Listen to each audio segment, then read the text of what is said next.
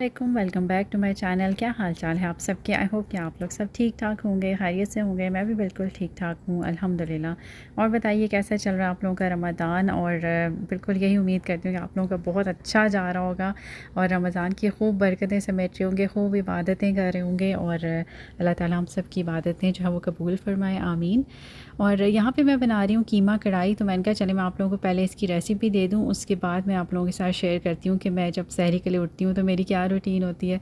तो यहाँ पे जो है वो अभी मैं जो भी मुझे बनाना होता है वो मैं अफ्तारी के टाइम ही बना लेती हूँ। तो ये होता है कि आज मैंने कहा चलो कीमा कढ़ाई बना रही हूँ तो आप लोगों के साथ भी शेयर करते हैं इसकी रेसिपी। और ये जो है ना मैंने जो है इसमें प्याज एक मीडियम साइज़ का बिल्कुल बारीक सा चॉप कर लिया था और उसको हल्का सा गोल्डन सा बिल्कुल कलर आया तो साथ ही मैंने उसमें कीमा ऐड कर दिया। और कीमा ऐड करने के बाद हमने उसको अच्छी तरह से इस तरह से फ्राई करना है।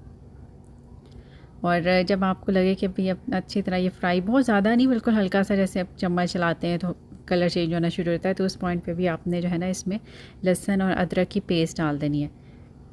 अच्छा, लहसुन जो है ना वो मैं यहाँ पे डाला है चॉप किया हुआ। अगर आप ये कीमे में डालते हैं इस तरह फ्रेशली चॉप तो ये बहुत मज़े का इसका टेस्ट आता है, बहुत फ्रेश, यानी बहुत मज़ेदार इसका एक आता है, अरोमा बन निकल के आता है।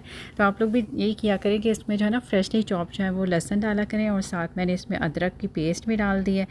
और ये तो आप लोगों ने देखा ही हुआ है, अगर आप मेरे व्लॉग्स पहले देखते रहें कि मैं किस तरह से जो है वो इस तरह की अदरक की पेस्ट जो है वो क्यूब फॉर्म में बना के फ्रीज़ कर देती हूँ और बिल्कुल इसी तरह रहता है फ्रेश।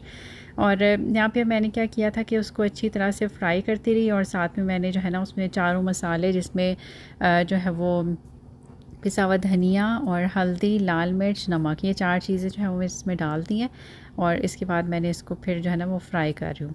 अच्छा, इस कीमे का ये कि हमने इसको ज़्यादा देर जो है वो इतना, एक तो पानी बहुत ज़्यादा नहीं डलेगा, बिल्कुल हल्का-हल्का सा, भी मैंने आपको अभी आगे दिखाऊंगी कि हमने बिल्कुल एक हल्का सा छींटा देना है और इसको पकने रखते हैं ना। मेन इसका प्रोसेस जो है ना वो फ्राई करते हुए ही जो है ना ये कीमा बन जाता है।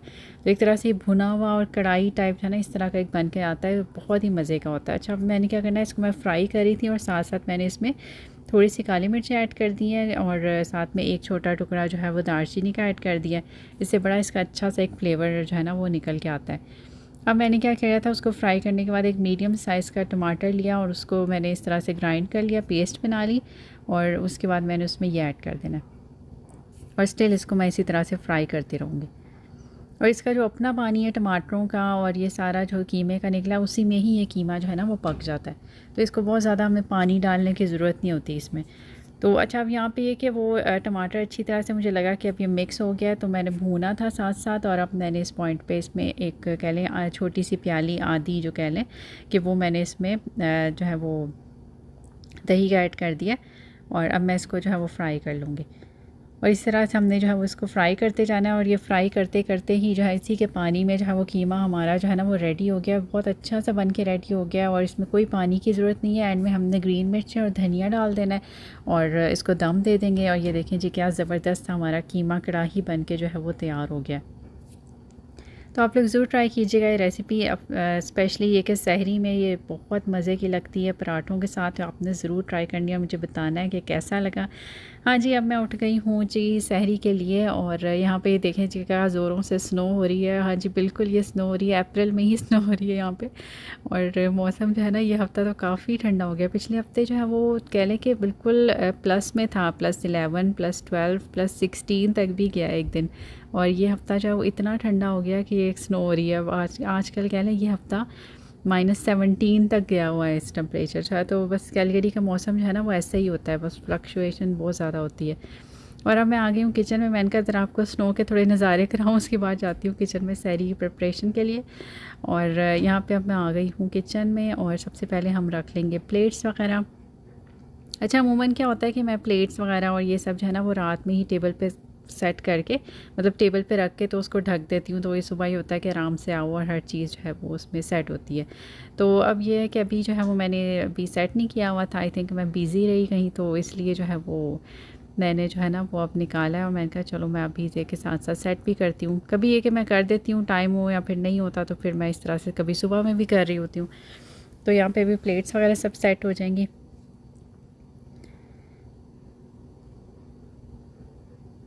और उसके बाद फिर ये होता है कि दही शही है ये, क्योंकि दही जो हम लोग लाजमी खाते हैं सहरी में, दही में चीनी ऐड करके मैं खाती हूँ, थोड़ा सा पानी ऐड कर दो तो वो बड़ा ही मज़े का लगता है, उससे प्यास नहीं लगती। तो ये हम लोग के घर लाजमी खाया जाता है। और साथ में मैंने जो है वो केटल ऑन कर दी है, क्योंकि हम लोग के घर जो है वो चाय अमूमन यही वाली पी जाती है, जो दम वाली कह लें कि ये होती है।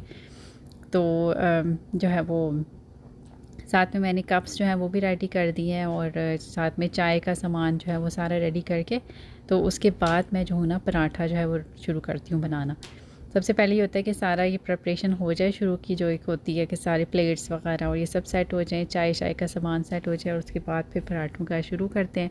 और यहाँ पे देखिए मैंने पराठों की तैयारी शुरू कर दी है। अब यहाँ पे जो ये पराठे बनते हैं बहुत ही मज़ेदार और सही, कैसे कह लें कि एक एक वल क्या नहीं होता, जो बिल्कुल लेयर्ड होता है पराठा, ये उस तरह से बनता है, बड़ा मज़ेदार। तो मैंने कहा इस तरह शेयर करती हूँ आपके साथ भी।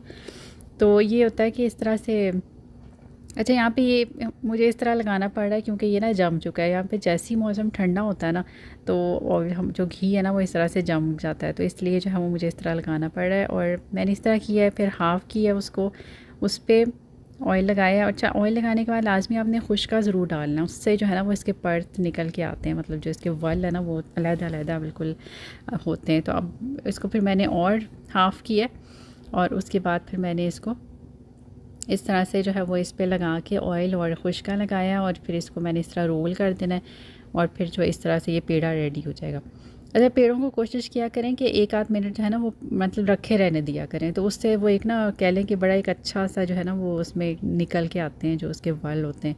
तो उसके बाद फिर मैंने इसको इस तरह से जो है वो रोटी की तरह मैंने इस तरह पेड़ा किया, और अब फिर मैंने इसको इस तरह से खोल लेना है। सॉरी, मैंने स्पीड कर दी थी, क्योंकि ये होता है कि फिर बहुत ही वो स्लो इस तरह से जा रहा, तो मैंने थोड़ी सी स्पीड कर दी। मैंने कहा कि चलो ज़रा जल्दी जल्दी आपको दिखाते हैं कि किस तरह से मैं बनाती हूँ। और ये देखें जी, रोटी मैंने यहाँ पे कर दी थी, बेल ली थी पूरी, और अब मैंने इसको इस तरह तवे पे डाल देना है।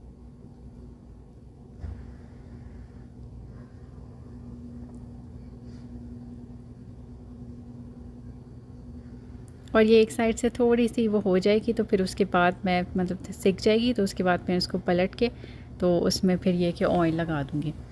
और फिर इस तरह से हम यहाँ एक साइड पे ऑयल लगाएंगे, और फिर जो है वो दूसरी साइड से, और फिर उसके बाद अभी आप लोग देखिएगा पराठे की शक्ल इतनी मज़ेदार सी बन के आती है ना, कि वो जो है ना वो सही उसके वल सारे खुल के जो है ना, वो कह लें कि वलों वाले कहते हैं ना पराठे, तो इसलिए वो उसके वल निकल के आ रहे होते हैं या उसकी लेयर्स निकल के आ रही होती हैं। तो बहुत ही मज़े का बनता है ये वाला जो है ना पराठा।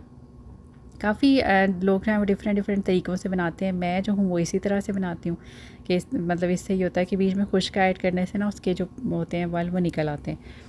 तो और सहरी का तो यही होता है कि मैंने अभी जो है वो कीमा बनाया था। कभी ये होता है कि मैं चिकन का कुछ बना लेती हूँ, कुछ सालन सा, शोरबा सा, हल्का सा, कोई इस तरह से लाइट चीज़ें ही खाई जाती हैं। तो ये होता है कि सहरी में फिर ये कि मज़े का लगता है इस तरह की चीज़ें ना। तो साथ में फिर ये होता है कि हम लोग के यहाँ दही जो है वो लाज़मी खाया जाता है, या फिर ये होता है कि कभी मैं जो होती है फेनी वो बना लेती हूँ दूध के साथ। तो इस तरह डिफरेंट जो है ना चीज़ें जो है वो होती हैं।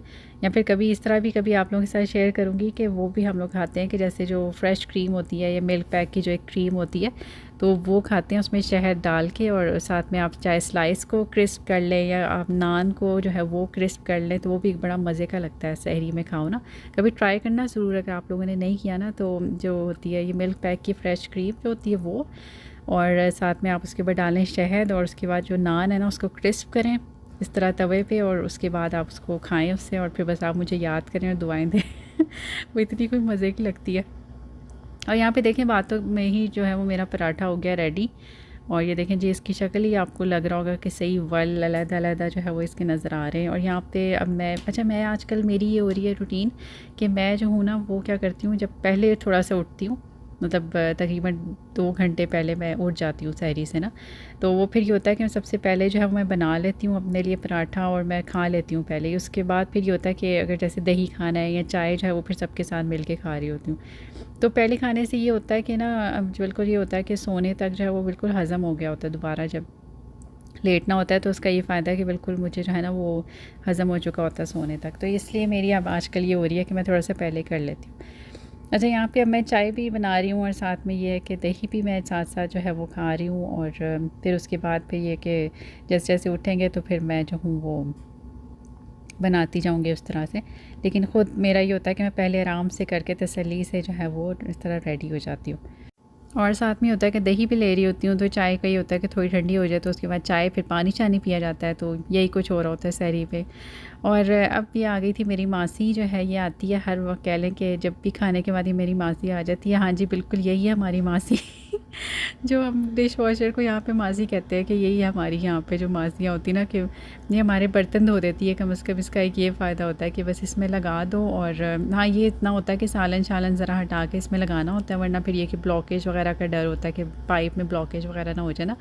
तो बस ये होता है कि हल्के-हल्के से बस इसको खंगाल के तो आप उसमें लगाते जाएँ। और फिर ये है कि ये बड़े अच्छे से जो है ना वो सैनिटाइज़्ड तरीके से बर्तन जो है वो धो देती है और बहुत अच्छे चमक के निकलते हैं। तो ये आती है हर खाने के बाद आ जाती है ये वाली मेरी मासी। इन मुल्कों में तो यही है हमारी मासियाँ भी। और ये देखें जी, अब हो गया है किचन बिल्कुल नीट एंड टाइडी। और मुझे तभी सुकून आता है जब बिल्कुल खाने के बाद मेरा किचन इस तरह से हो, चमक रहा हो, बेसन वगैरह सब इस तरह हो, तो फिर ही मुझे सुकून आता है। फिर ये आराम से तसल्ली से नींद आती है। और अब मैं पढ़ूँगी फ़जर और उसके बाद मैं कुरान पढ़ूँगी, और यही होती है मेरी सहरी की रूटीन। तो यही तक था मेरा आज का व्लॉग। अपना बहुत सारा ख्याल रखिएगा। Thanks a lot for watching. Take care, stay blessed. अल्लाह हाफ़िज़।